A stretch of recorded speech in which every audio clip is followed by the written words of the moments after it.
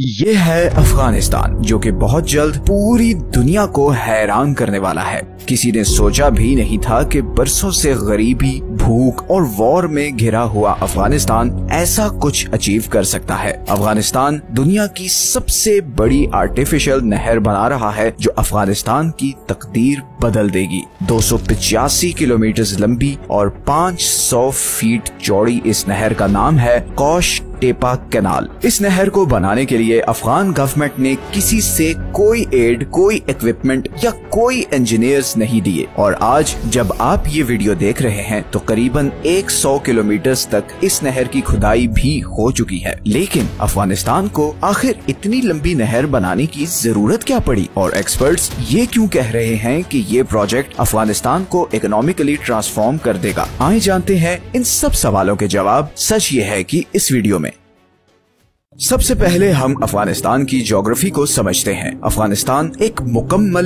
Land locked country है, मतलब उसके किसी हिस्से के साथ कोई समुंदर नहीं लगता। अफगानिस्तान के ईस्ट में पाकिस्तान है, वेस्टर्न साइड पर ईरान है, नॉर्दर्न साइड पर तुर्कमेनिस्तान, उज्बेकिस्तान और ताजिकिस्तान है, जबकि नॉर्थ ईस्ट में अफगानिस्तान एक छोटा सा बॉर्डर चाइना के साथ भी शेयर करता है। तो अफगानिस्तान मुकम्मल तौर पर दूसरे कंट्रीज में घिरा हुआ है। अफगानिस्तान की 80% वाटर सप्लाई इधर हिंदू कश के बर्फ से ढके पहाड़ों से आती है। अफगानिस्तान में 4 बड़े दरिया हैं जिनसे अफगानिस्तान को पानी मिलता है। अफगानिस्तान की 40% वाटर सप्लाई हेलमंद रिवर से आती है, जो हिंदू कश से शुरू होता है और पूरे अफगानिस्तान को क्रॉस करते हुए फिर ईरान अफगानिस्तान बॉर्डर पर ब्रांच आउट हो जाता है। ये दरिया आजकल ईरान और अफगानिस्तान में एक पॉलिटिकल टेंशन का कॉज बना हुआ है, बिकॉज अफगानिस्तान इस रिवर पर यहाँ पर एक डैम बना रहा है और ईरान के अकॉर्डिंग इस डैम से हमून के सारे एरिया पर बहुत बुरा असर पड़ेगा। फिर दूसरे नंबर पर आता है अमू दरिया, जिसे इंग्लिश में द ऑक्सस रिवर भी कहते हैं। रिवर ऑक्सस सेंट्रल एशिया का सबसे लंबा दरिया है। ये नॉर्दर्न पाकिस्तान और सेंट्रल एशिया के बीच पामियर माउंटेन रेंज से शुरू होता है और फिर अफगानिस्तान ताजिकिस्तान बॉर्डर से गुजरता हुआ तुर्कमेनिस्तान में एंटर होता है और फिर उज्बेकिस्तान को क्रॉस करते हुए एरल सी में जाकर गिरता है। यही वो रिवर है जिसपे कॉश टेपा कैनाल बनाई जा रही है, जिसे हम अभी आगे जाके वीडियो में डिस्कस करेंगे। इसके अलावा फिर अफगानिस्तान की बाकी वाटर सप्लाई काबुल, हरीरूद और पंज रिवर से आती है। अफगानिस्तान दुनिया के उन चंद कंट्रीज में से है जिसका 70% एरिया पहाड़ों से कवर्ड है। अफगानिस्तान के सदर्न रीजन में ईरान और पाकिस्तान बॉर्डर के साथ रेगिस्तान है, तो बेसिकली कंधार से नीचे ये सारा एरिया डेजर्ट है। अब अगर लोगों की बात करें तो अफगानिस्तान में बहुत ज्यादा एथनिक डिविजन्स हैं। अफगानिस्तान की टोटल पॉपुलेशन का 42% पश्तून्स हैं, 27% ताजिक हैं, 9% हजारा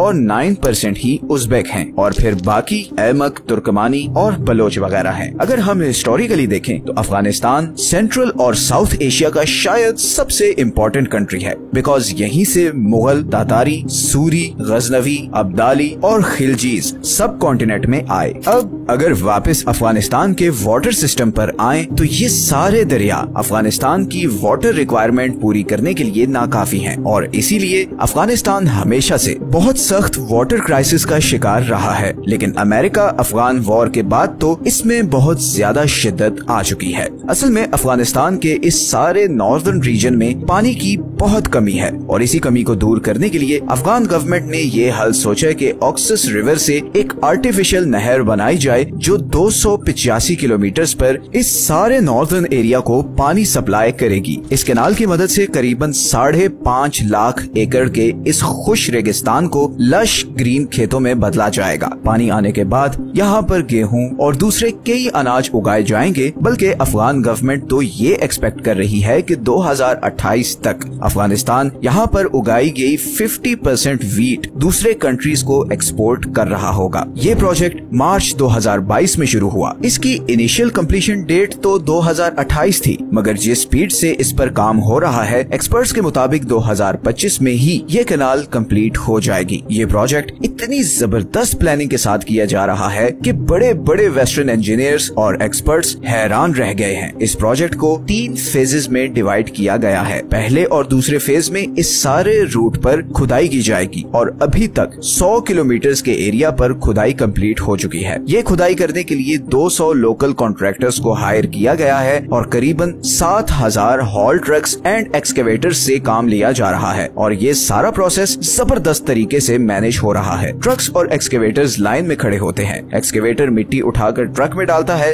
सुपरवाइज करने वाला इंजीनियर जब ओके करता है तो ट्रक ये मिट्टी लेकर नहर के किनारों पर डाल देते हैं। इस तरह इस नहर की कंक्रीट बाउंड्री बनाने की जरूरत भी नहीं पड़ती और एक नेचुरल बाउंड्री बन जाती है। ऐसी बाउंड्री जिसपे कोई एडिशनल खर्चा भी नहीं होता। इस नहर को कंक्रीट स्लैब से फिल ना करने का सबसे बड़ा फायदा ये हुआ है कि दोनों साइड्स की जमीन पर भी इरिगेशन हो सकेगी और ऑलरेडी अफगान गवर्नमेंट ने इस नहर के बॉर्डर्स पर सब्जियां और पौधे लगाना शुरू कर दिए हैं। ये खुदाई कंप्लीट होने के बाद यहाँ पर से वाटर पंप्स के जरिए करीबन 5 किलोमीटर के डिस्टेंस पर सारे खेतों तक पानी पहुँचाया जाएगा। एक और कमाल चीज ये की गई है कि इन खेतों में ट्यूब वेल्स के ऊपर सोलर पैनल्स लगाए गए हैं ताकि इन ट्यूब वेल्स और मोटर्स को चलाने के लिए बिजली की भी जरूरत ही ना पड़े। इस प्रोजेक्ट को लेकर काफी मीडिया प्रोपेगेंडा भी किया गया था। जैसे कि कई वेस्टर्न एक्सपर्ट्स ने कहा था कि अफगान इंजीनियर्स इतने कॉम्पिटेंट नहीं कि वो इस प्रोजेक्ट को एग्जीक्यूट कर सकें। इसी तरह ऐसी रिपोर्ट्स भी आई कि कॉन्ट्रैक्टर्स को टाइम पे पैसे नहीं दिए जा रहे, मगर हकीकत इससे बहुत डिफरेंट है। सब लोकल्स इस प्रोजेक्ट से बहुत खुश हैं। सबसे पहले तो हजारों लोगों के लिए जॉब्स क्रिएट हुई हैं। दूसरा, हमने जब इस पे थोड़ा डीप रिसर्च किया तो ये चीज भी सामने आई कि कॉन्ट्रैक्टर्स को